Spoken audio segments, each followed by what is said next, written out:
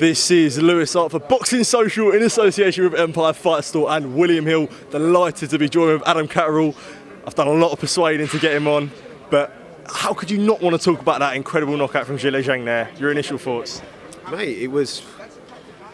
Listen, I think a lot of people who were predicting this fight had Zhang as the favourite coming in, given what they saw in the first fight. But then, you know, with the extra weight that Joyce had put on, they kind of gave him a little bit of a chance if he can drag it into the second half of the fight, and Zhang just were having none of it.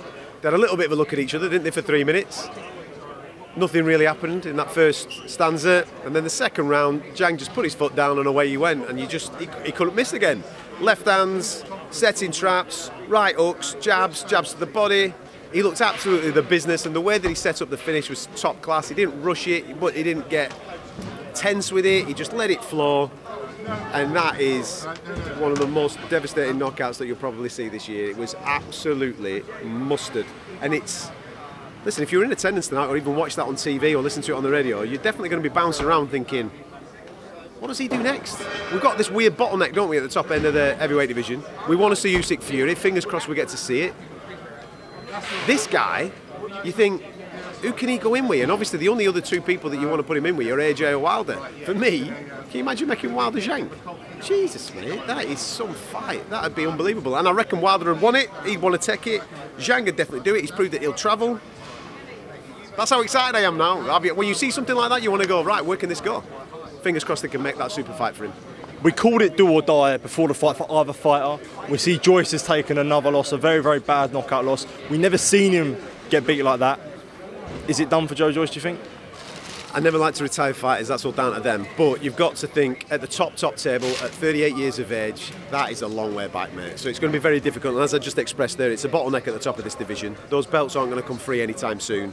So getting an opportunity to fight for the top prizes, I think they're a long way down the road. One fight that does interest me, maybe not necessarily from a Joyce point of view, but maybe from the other guy's point of view, Dubois. I know they've done it before, they've had a dance before, they've got a little bit of a narrative, they're both coming off losses. So if I'm Daniel Dubois sat at home, I'm thinking, how do I rebuild myself? Well, I get that win back. So if he can make noise for that, I'm sure the British fight fans would maybe fancy seeing that again. Has Joyce still got it? Has Dubois got it? Can he get over that hill? Maybe that is a narrative and an angle that they can push. But as far as the top table is concerned, I do worry that might be it for Joe Joyce at the very top table. I know I said 3 questions, so this will be my last one.